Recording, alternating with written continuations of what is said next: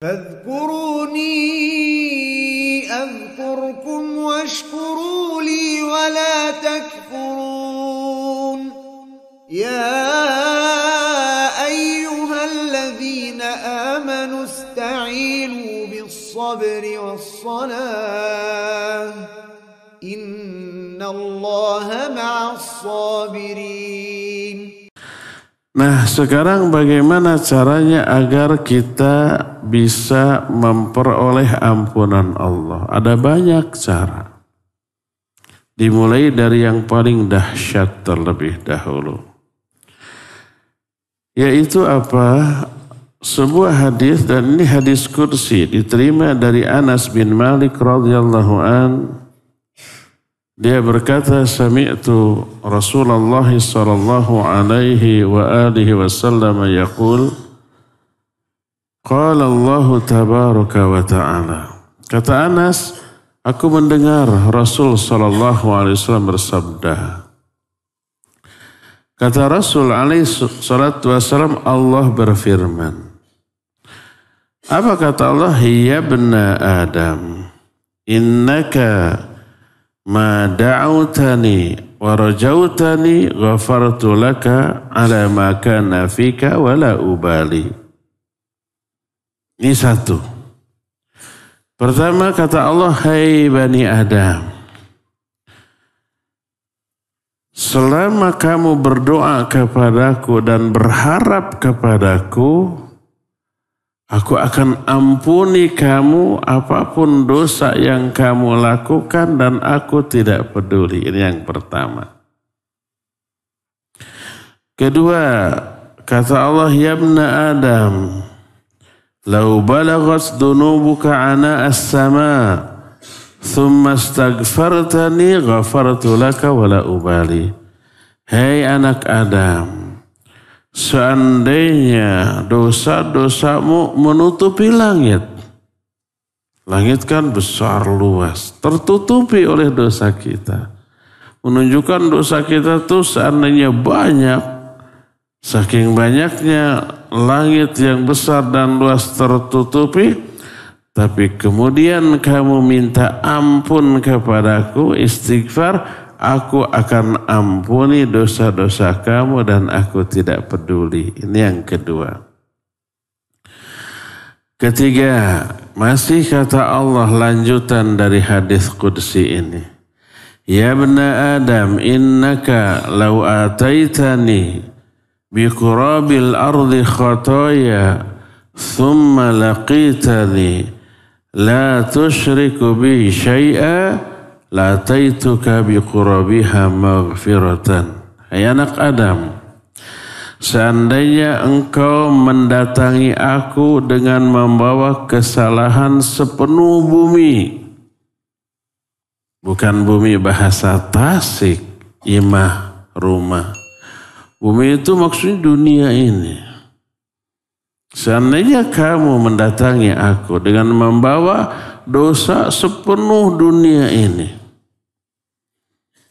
tapi kemudian kamu mendatangi aku dalam keadaan tidak menyekutukan aku dengan sesuatu pun, tidak musyrik, alias bertauhid, aku akan mendatangi kamu dengan membawa ampunan sepenuh bumi pula terhapus.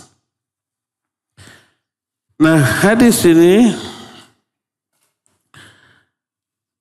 menunjukkan ada 3 yang bisa menghapus dosa. Bukan 3-3-nya, penghapus dosa yang lain banyak yang diterangkan dalam ayat dan hadis lain.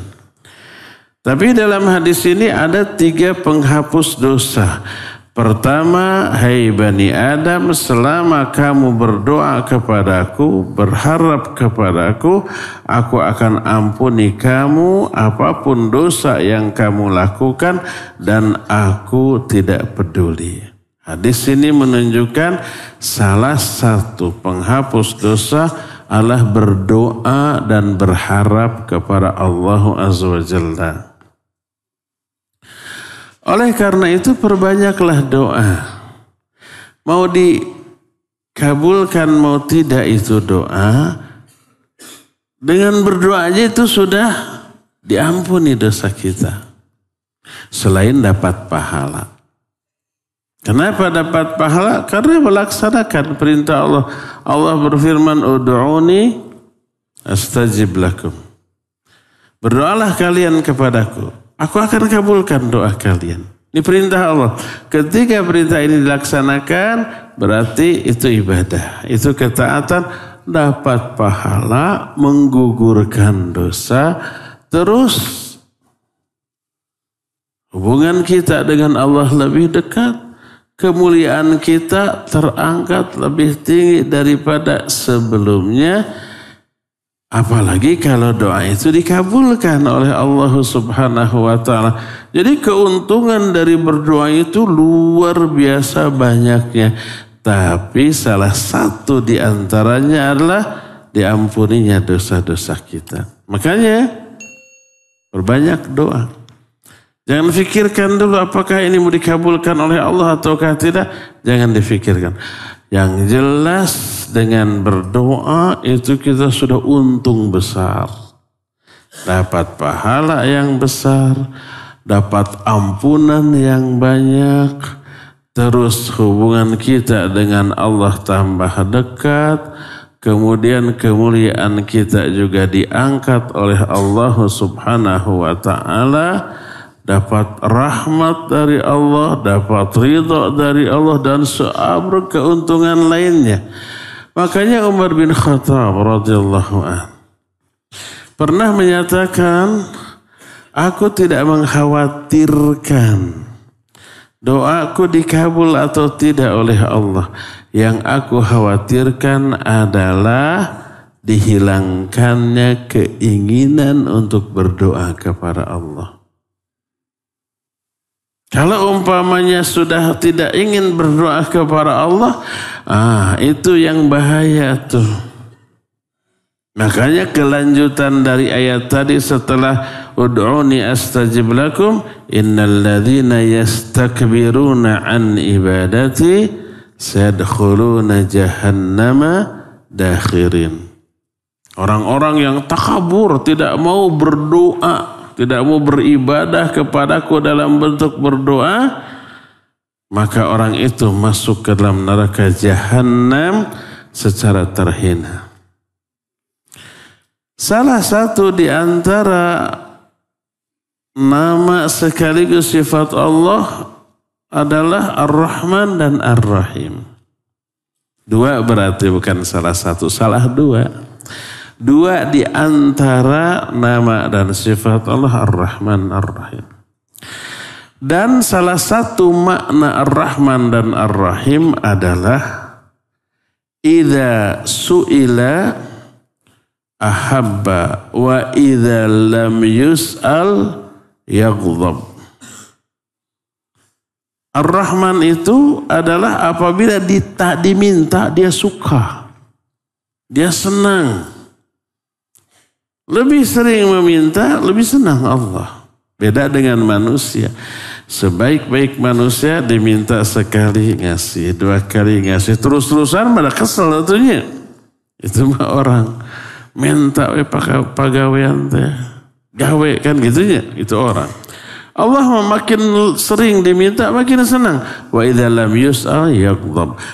Sebaliknya, Ar-Rahim maknanya bila dia tidak diminta, dia murka. Kalau kita tidak pernah meminta kepada Allah, tidak pernah berdoa kepada Allah, Allah akan murka kepada kita. Oleh karena itu perbanyaklah doa, maka dengan doa insya Allah banyak sekali keuntungan yang akan kita peroleh.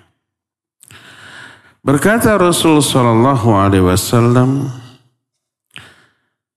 dalam salah satu hadis, kata beliau, ma min muslimin yad'u bida'watin laisa fihi ithmun wala qati'atu rahim illa a'tahu Allahu biha ihda thalath. Tidak ada seorang pun muslim yang berdoa kepada Allah dengan satu doa Di dalam doa itu tidak mengandung dosa, tidak mengandung memutuskan silaturahmi. Doanya bagus-bagus saja.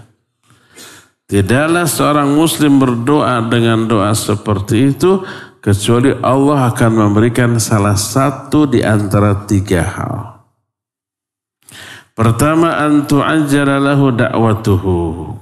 Mungkin doanya dikabul segera. Paginya berdoa, siangnya sudah dikabul. Jam 10 berdoa, jam 11 sudah dikabul. Disegerakan. Itu kemungkinan pertama. Kedua, wa imma ayyudakhiraha lahu fil akhirah. Mungkin nanti ditunda di akhirat. Dan yang ketiga, wa imma ayyusrafa anhu minas su'i mithliha. Mungkin akan dipalingkan dari orang itu keburukan yang sebanding dengan isi doanya. Umpamanya dia berdoa, ya Allah beri saya rizki. Dikabulkannya itu bukan dalam bentuk diberi rizki, tapi mungkin tadinya dia akan celaka, akan dapat musibah, akan dapat kerugian. Tapi karena doa tadi, musibah itu tidak menimpa dia. Kerugian itu tidak ditimpakan kepada dia. Selamat. Makanya pengabulan doa lebih umum daripada diberikannya isi doanya. Dikabulkannya doa itu bisa nanti di akhirat. Bisa juga tadi dipalingkan satu keburukan atau diberikan sesuatu yang sebanding dengan apa yang dimintanya. Ya Allah beri saya rizki, ya Allah beri saya rizki. Ternyata dikabulkannya dalam bentuk umpamanya dia diberi pekerjaan, dapat pekerjaan. Jadi tidak ada yang rugi dari orang yang berdoa dengan doanya. Berdasarkan hal itulah maka perbanyak doa.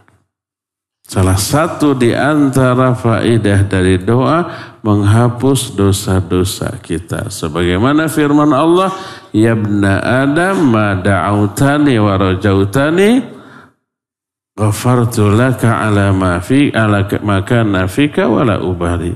Hei Bani Adam, selama kamu berdoa dan berharap kepadaku, aku ampuni dosamu, apapun dosa yang kamu lakukan dan aku tidak peduli. Ini yang pertama. Yang kedua, penghapus dosa yang kedua adalah memperbanyak istighfar. Firman Allah dalam hadis qudsi tadi, ya ibna Adam, lau balaghus dunubuka ana sama, thumma astaghfartani ghafartu laka wala ubali. Hai Bani Adam, seandainya dosamu menutupi langit, memenuhi langit, saking banyaknya itu dosa. Kemudian kamu meminta ampunan kepadaku, pasti aku akan ampuni dan aku tidak peduli.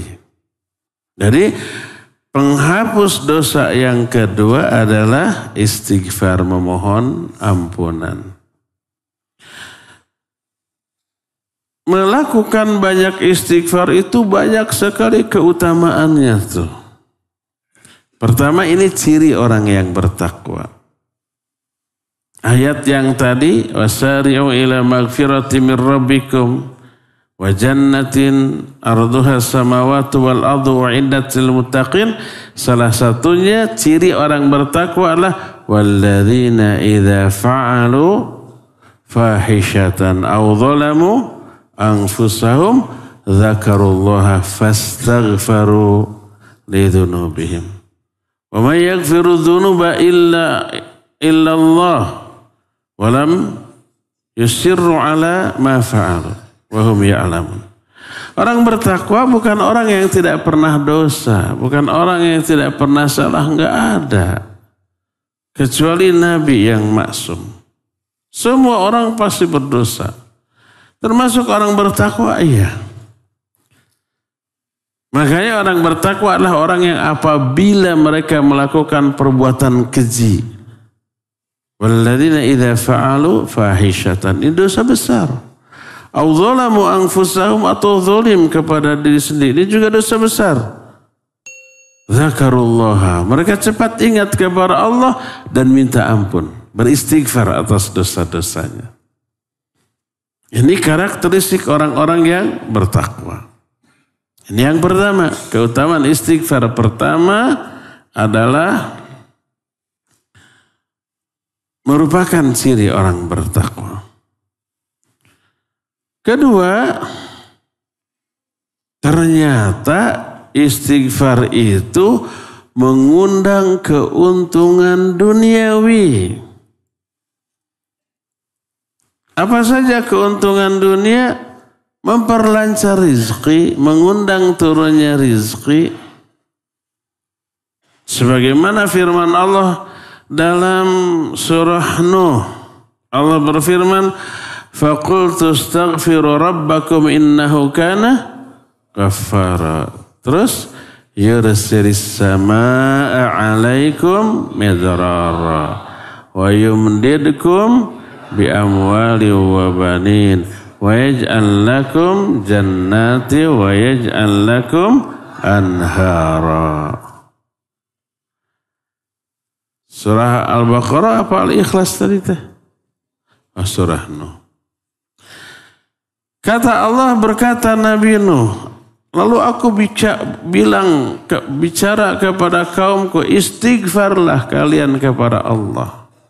Minta ampunlah kalian kepada Allah. Karena Allah itu Maha Pengampun. Kalau kalian istighfar, yursilis sama alaikum midrara. Akibatnya Allah akan menurunkan hujan kepada kalian, hujan rahmat. Wa yumdidkum bi amwali wa banin. Allah akan limpahkan kepada kalian harta-harta dan anak-anak. Dikasih hujan rahmat. Dengan hujan ini tumbuhan. Tanah-tanah subur gembur. Melahirkan banyak hasil pertanian, perkebunan, perikanan. Nah, kalau nggak ada air hujan mati ikan-ikannya juga. Dan banyak lagi. Wa yumdidkum bi amwal. Allah limpahkan harta yang banyak. Wa banin, dan anak-anak. Wa yaj'al lakum jannati wa yaj'al lakum anhara. Allah buatkan bagi kalian taman-taman, terus juga sungai-sungai yang mengalir. Pokoknya lingkungan hidup menjadi asri, menjadi enak, sejuk, dan menyenangkan untuk kita nikmati di dunia. Ini akibat istighfar. Dan ini adalah keuntungan duniawi. Makanya datang orang kepada Imam Hasan Al-Basri rahimahullah, ngeluh, wahai Imam, saya sudah mencari rizki kesana kemari nggak dapat. Apa kata Imam Hasan Al-Basri? Perbanyak istighfar. Datang lagi. Di daerah saya paceklik, lama nggak hujan. Apa kata beliau? Banyak istighfar. Ada lagi datang, ini tazawwajtu walam yurzaq li walad. Aku sudah lama nikah tapi nggak dikasih anak juga, gimana? Apa kata Imam Hasan Al-Basri? Fa'alaika bil istighfar. Lakukan istighfar. 3 kasus yang berbeda, solusinya satu, yaitu istighfar. Begitu 3-3-nya pergi, murid-muridnya nanya, kenapa 3 masalah jawabannya sama? Istighfar kuncinya. Lalu Imam Hasan Al-Basri menyatakan, tidakkah kalian dengar firman Allah, faqultu astaghfiru rabbakum innahu kana ghaffara yursilis sama alaikum midrara, sampai akhir dari ayat tersebut. Dan ini keuntungan dunia akibat dari istighfar. Oleh karena itu di dalam salah satu hadis Nabi SAW menyatakan, man aktsara minal istighfar Siapa orang yang memperbanyak istighfar, ja'alallahu lahu min kulli dhayyikin makhraja wa min kulli hammin faraja wa razaqahu Allahu min haitsu la yahtasib. Siapa orang yang memperbanyak istighfar, maka kata Allah, Allah akan jadikan bagi orang itu jalan keluar dari setiap kesempitan hidup. Allah akan berikan kebahagiaan setiap kali dia mengalami kesedihan, dan Allah akan memberi rizki kepada orang itu yang tidak disangka-sangka. Jadi ternyata istighfar itu faidahnya itu luar biasa banyaknya. Pertama, istighfar karakter orang yang bertakwa. Kedua, istighfar menjadi penyebab turunnya hujan yang menjadi rahmat. Yang ketiga, istighfar menyebabkan orang jadi banyak anak-anak.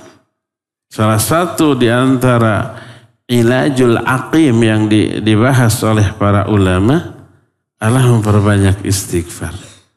Aqim itu mandul.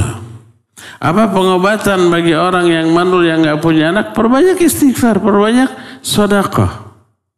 Seorang sahabat bertanya, ya Rasulullah, ini tazawwajtu walam yurzaq li walad. Wahai Rasulullah, aku sudah lama nikah tapi gak punya anak. Apa kata Rasul SAW? Aina anta min kathratil istighfar was sadaqat. Kenapa kamu tidak memperbanyak istighfar dan sedekah? Fafa'ala. Lalu oleh orang itu dilakukan banyak istighfar, banyak sedekah. Apa akibatnya? Sampai istrinya hamil, punya anak, dan terus memperbanyak istighfar sampai 9 anaknya. Ini disebut ilajul aqim. Cara pengobatan dari penyakit kemandulan, banyak istighfar, banyak sedekah. Dan itu ayat. Faqultu astaghfir rabbakum innahu kana ghafara yursilis sama 'alaikum midrara yamdidkum bi amwali wa banin.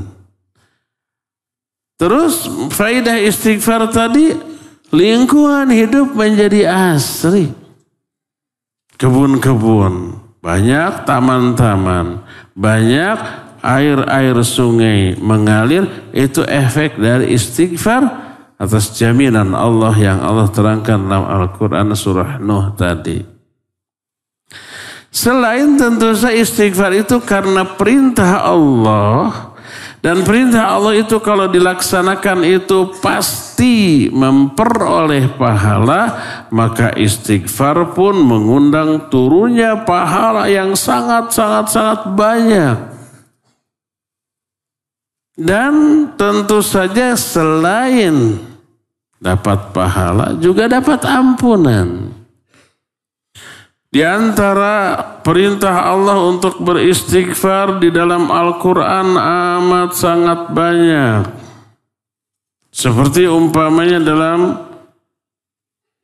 surah Hud ayat yang ketiga. Wa nistaghfiru rabbakum thumma tubu ilaih. Yumatti'kum mata'an hasanan ila ajalin musamma. Kata Allah, beristighfarlah kalian kepada Allah, kemudian taubatlah kalian kepadanya. Maka Allah akan memberikan kesenangan kepada kalian dengan kesenangan yang baik sampai waktu yang ditentukan. Jadi diperintahkan istighfar, kalau diperintah ketika dilaksanakan dapat pahala, dapat ampunan. Karena itulah maka salah satu di antara amalan penghapus dosa adalah banyak istighfar. Sebuah hadis tentang keutamaan istighfar, Rasul SAW bersabda, "Adznaba 'abdun dzamban, faqala Allahumma ighfirli dzambi."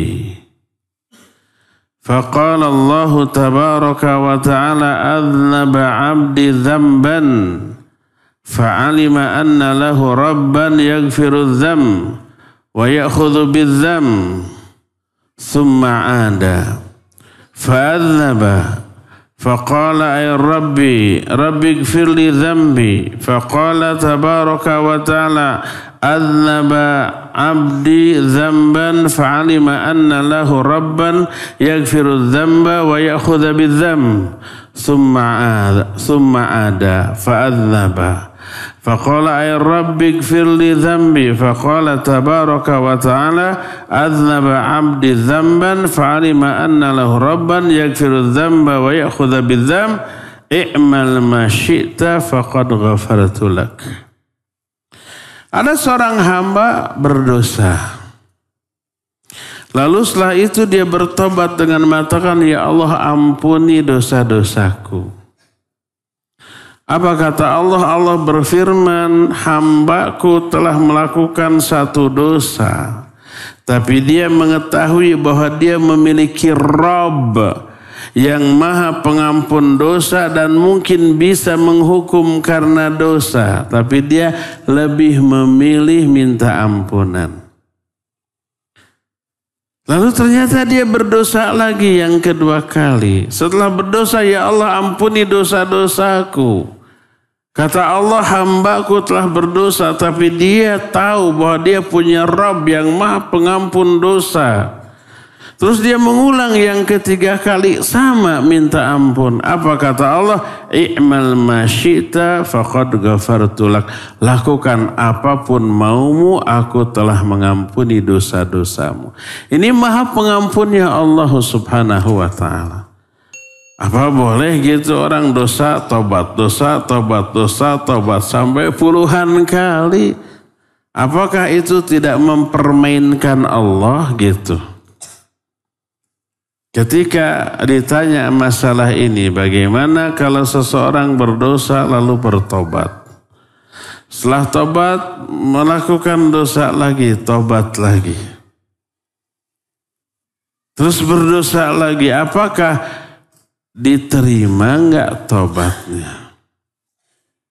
Syekh Muhammad bin Shalih Al-Utsaimin rahimahullahu ta'ala menjawab, kalau orang itu berdosa lalu tobat, dan tobatnya benar, tobat nasuha, ya ayyuhalladzina amanu tubu ilallahi taubatan nasuha asa rabbukum ayyukaffira ankum sayyi'atikum wa yudkhilakum jannat.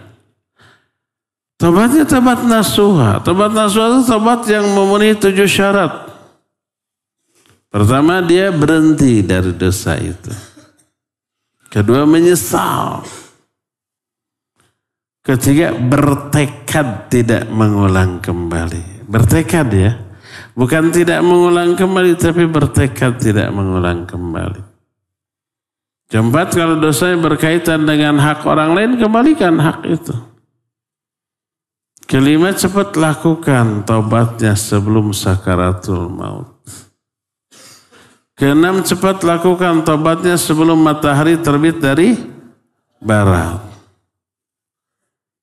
Saya nggak memperhatikan. Tadi dari timur, dari barat matahari. Masih timur, Pak. Yakin? Berarti masih terbuka pintu taubat. Kalau sudah dari barat, tutup. Taubatnya nggak diterima lagi. Itu syarat keberapa? Keenam. Terakhir yang ketiga, taubatnya wajib ikhlas karena Allah. Bukan karena orang, bukan karena kepentingan dunia. Umpama penjudi, pencopet, perampok. Saya mau taubat dari judi, taubat dari rampok. Asal sok tunjang saya 10 juta sebulan, saya akan berhenti. Itu mah bukan karena Allah ya. 7, ini taubatan nasuhan. Kalau orang sudah dosa lalu taubat dengan memenuhi 7 syarat ini, dosanya diampuni. Ternyata sebulan kemudian dia mengulang dosa yang sama. tanpa direncanakan. Tadi kan salah satu syarat tobat bertekad tidak mengulang. Sudah benar-benar tekad, saya kapok gak akan mengulang lagi. Sebulan kemudian iman turun, fitnahnya besar, terkondisi oleh suasana, terpengaruh oleh teman, mengulang lagi tanpa direncanakan. Maka ini dosa baru yang wajib ditobati lagi tanpa merusak tobatnya yang lama. Tobat yang lama sah karena sudah memenuhi syarat yang 7 tadi. Maka ini dosa baru. Makanya tidak ada syarat tobat itu tidak mengulang kembali. Nggak ada. Yang ada bertekad tidak mengulang kembali. Dan dia sudah bertekad, saya kapok nggak akan ngulang-ngulang lagi. Berencana menjauhi semuanya. Nggak ada rencana mengulang. Sah tobatnya. Kalau ternyata terjerumus lagi ke dalam dosa yang sama tanpa direncanakan, itu dosa baru yang wajib ditobati lagi tanpa merusak tobatnya yang pertama tadi. Kecuali kalau memang dia ada rencana, menyesal, berhenti, minta maaf gitu ya, segera dilakukan, ikhlas, tapi dalam hati nanti bulan depan lagi, itu mah tidak sah. Karena ada rencana mengulang kembali. Atau umpamanya judi. Habis, tobat. Kenapa? Habis uangnya. Tapi nanti kalau ada lagi uang, pasang lagi. Itu mah tidak sah tobatnya. Atau umpamanya mabuk, narkoba, atau merokok. Lalu kena penyakit paru atau jantung, saya tobat. Gak mau lagi mabuk, gak mau lagi merokok gitu ya. Karena apa? Karena ini sesak. Tapi dalam hati kalau sembuh lagi mah melenyun aja lagi. Maka itu tidak sah tobatnya. Karena memiliki rencana mengulang kembali. Hadis ini yang diterangkan tadi, seorang hamba berdosa, tobat ya. Oleh Allah diampuni, mengulang lagi, tobat lagi. Itu tobatnya benar-benar tobat. Yang nasuha memenuhi 7 syarat tadi. Tapi dia terjerumus lagi tanpa direncanakan, tanpa disengaja, terkondisi oleh suasana, mungkin. Lalu tobat lagi dan diterima oleh Allah Azza wa Jalla. Jadi inilah keutamaan dari istighfar. Karena itulah maka tak heran kalau Rasul SAW dalam sehari istighfar kepada Allah sampai dalam satu riwayat 70 kali, dalam riwayat lain sampai 100 kali. Berkata Rasulullah SAW, wallahi inni la astaghfirullah wa atubu ilaih fil yaum akthar min 70 marrah. Demi Allah, dalam sehari aku istighfar dan tobat kepada Allah lebih dari 70 kali. Dalam riwayat lain akthar min mi'ah marrah, lebih dari 100 kali. Inilah cara kedua memperoleh ampunan, yaitu memperbanyak istighfar. Yang ketiga, ini yang luar biasa nih.